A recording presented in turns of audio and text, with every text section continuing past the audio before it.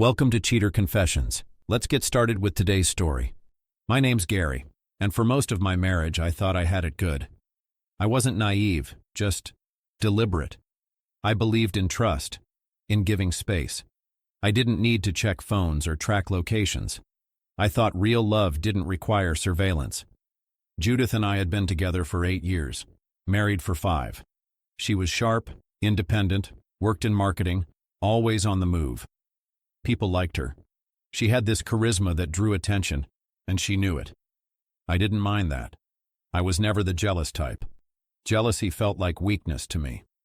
But over time there were cracks. Not big ones. Small shifts. Judith got bolder with her choices. She'd stay out late for networking events that turned into 2 a.m. arrivals. Her explanation stayed vague. It ran late, or, you wouldn't know how these events go. I'd ask, she'd brush me off. Polished, dismissive. A master of making me feel like the insecure one. I let it go, again and again. But then came Ryan. She mentioned him one night while we were cooking dinner, said he was helping organize a product launch. Just an old friend, she said, dicing onions like it meant nothing. What kind of friend? I asked. She didn't blink. My ex-husband. I froze, spoon still in the sauce. Your ex-husband? She laughed, casual. Relax, Gary. It was forever ago. We're just friends now. He runs a creative agency. One of the clients brought his team in. You're not going to turn this into a thing, are you? I didn't. I should have. But I didn't. Because back then I still believed that love, if it was real, could handle a little history. I figured Ryan was just a name, an echo. I told myself I wasn't the kind of man who got rattled over shadows from the past. That was the mistake. I wasn't dealing with a shadow. I was dealing with something alive, something waiting, and it was about to show me how blind I'd been. 3 months after Judith reconnected with Ryan, the name started coming up more often. Ryan's team is handling the branding, she said over breakfast. Ryan wants me to consult on this campaign, she mentioned while texting. Ryan said something hilarious today. You get the idea. At first I played it cool. I'd nod, sip my coffee, say, that's great. But something about the way she said his name started to bother me, like she was saying it for my benefit, watching my reaction, waiting. One evening we were on the couch watching TV. She was on her phone, half laughing at some message. I glanced over. Who's that? She turned the screen slightly away. Just Ryan. He's being stupid. I paused the show. You two talk outside of work now? She gave me that look, the one that mixes mockery with innocence. It's just chatting, Gary. Relax. I didn't push. I wanted to. But I didn't. Later that night, while she was asleep, I sat at the kitchen table just thinking. I didn't feel angry. Not yet. But I felt a line forming. I could see where this was heading. And then, a week later, it came. We were doing dishes when she dropped it casually. Ryan's invited a few of us to his lake house next weekend. Just a little team retreat thing. Some friends, drinks, nothing crazy. I turned off the tap, grabbed a towel. You're going? She shrugged. I mean, yeah. It's part work, part fun. I haven't had a real break in months. I deserve that, don't I? I stared at her for a moment. You're seriously going to your ex-husband's house for the weekend? She didn't even blink. It's not just me and him, Gary. It's a group. It's work. I narrowed my eyes. You could have passed. You didn't have to say yes. She rolled her eyes. Why would I pass? We're adults. It's not like anything's going to happen. Ryan and I are just friends. I let out a small breath. You keep saying that, but you don't act like it's nothing. You talk to him all the time. You light up when his name comes up. You don't even realize it. She paused, her hand still holding a plate. You're overthinking this. I haven't done anything wrong. Not yet, I said. But you're pushing. You're seeing how far you can go before I finally draw a line. She tilted her head. So what, you're drawing it now? I nodded, calm, controlled. If you go, I said, drying the last plate, don't come back. She turned, dish still in her hand. Wait, are you actually serious? I didn't raise my voice. Didn't blink. Very. She gave me that scoffing smile, the one she used when she thought I was being insecure. "Gary, don't be dramatic. This isn't high school." "No," I said, setting the plate down. "It's a marriage, and right now you're walking it to the edge." She stared at me, searching, trying to figure out if this was just a threat, just another moment she could talk her way out of. It wasn't. And for the first time, I saw it land. Judith didn't believe me. That much was obvious. The morning of the trip, she moved around like nothing had changed. She hummed while packing, picked out outfits with care, took her time doing her makeup. Every few minutes she'd glance at me, waiting for me to say something, maybe argue, maybe plead. But I didn't. I sat at the dining table sipping my coffee, scrolling my phone, calm, detached. At one point she leaned on the doorframe and said, "You're really gonna blow up our whole marriage over a weekend trip?" I didn't even look up. "If you walk out that door, we're done." She crossed her arms. "You're overreacting. It's just a couple of days. It's not a big deal." I stood up, walked past her, and opened the front door. She stared at me. "Wow, so that's it?" "That's it." There was a long pause before she wheeled her suitcase to the front. She kissed me on the cheek like she was humoring a child. "You'll cool off," she said, stepping outside.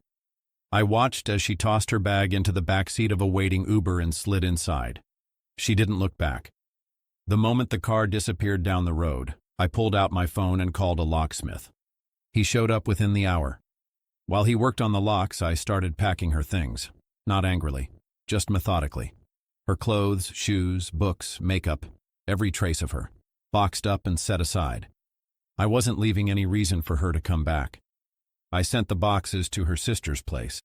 I knew Judith wouldn't go to her parents. They'd ask too many questions. Her sister Maggie would just nod and keep her mouth shut. The last thing I did that day was call my lawyer. I want a divorce, I told him. I wasn't interested in revenge. I wasn't hoping she'd come crying back. I just wanted peace. And I was finally willing to do what it took to get it. Judith came back a day early. I wasn't expecting her until Sunday night. But Saturday afternoon, I got a ping on my phone. The security camera over the porch. I was at the office mid-call when I glanced down and saw her standing there with her suitcase. I excused myself from the meeting and stepped into the hallway. The feed showed her trying the doorknob. Once, twice, then again. Her expression shifted from confusion to frustration. She looked around like the house had changed without her. I watched as she pulled out her phone. A second later, mine started ringing. I answered. "Gary," she said, voice tight. "The door won't open." I kept my tone even. I changed the locks. Silence. "What?" "I told you," I said. "If you went, don't come back." "Gary," she laughed nervously. "This is insane. Let's just talk." "There's nothing to talk about. Your things are at Maggie's. You'll be served papers next week." Wait. Are you actually divorcing me?" "Yes." She paused. I could hear her breathing, shallow and erratic. Then her voice dropped. "Can we please just talk inside? I didn't even stay the full weekend. I left early." "That was your choice," I said, just like leaving was. "Gary, come on, don't do this." I ended the call. She tried again, called back 3 times. I let them all ring out. Then came the texts. "This is a huge mistake. You're throwing everything away over a trip? You're acting like a child." I didn't reply. The next alert from the camera showed her sitting on the front steps, elbows on her knees, phone in her hands. She looked like someone realizing they weren't the one holding the cards anymore. And for the first time in a long time, I felt still. Not angry, not even triumphant. Just done. Eventually, she left. That night, I muted my phone. I wasn't in the mood for her spiraling. Whatever story she had lined up, I'd already moved past it. But sometime after midnight, I saw a notification. A voice message. I stared at it for a while, thumb hovering over the play button. Then I hit it. Her voice came through low and ragged, like she'd been crying for hours. "Gary, please listen to me. I didn't know how else to say this. I messed up. You were right. About Ryan. He wasn't just being friendly. He wasn't just inviting everyone. I mean, he invited people, sure, but he was targeting me. I see it now. I was stupid. I thought I was in control. Her voice cracked. I could hear movement in the background like she was pacing the porch. He waited until I had a few drinks. Then we talked. Alone. I shouldn't have stayed up with him after everyone else went to bed. I swear I didn't mean to. Another pause. Then it dropped. He recorded something. Of me. I didn't even know until the next morning. He showed me. Said he'd keep it between us. Unless I told you. He's blackmailing me. I stood there in my kitchen, listening to her unravel. He knows it's over now. He won't answer my calls. I'm scared, Gary. I didn't want this. I didn't think... She lost it then. Full sobbing. Words tumbling over each other. Please don't leave me alone in this. Please. I didn't know what I was doing. I made a mistake, but I need you now. Please come outside. The message ended. I looked at the front door. Then the window. She had come back. I could see her on the porch, pacing again. Phone clutched in her hand like it was the only thing keeping her upright. But I didn't move. I picked up my phone, opened our thread, typed one sentence. You made your choice. Now live with it. Then I blocked her, and I went to bed. Sunday passed in silence. Judith was blocked. Her number, her email, her social accounts. Done. I showed up to work like any other Monday. Clean shirt, morning coffee. Focused. By noon, I had an email from my lawyer. The paperwork was ready. I signed and sent it back the same day. By Tuesday, the fallout had started. Her sister Maggie texted me. She's not okay. You should at least talk to her. I didn't reply. A few of Judith's friends, mutual acquaintances from before, tried to reach out. Half-hearted stuff like, she made a mistake. Don't throw away a marriage over one bad call. One even had the nerve to write, if you cared about her at all, you'd at least hear her side. I deleted every message without reading past the first line. They weren't there.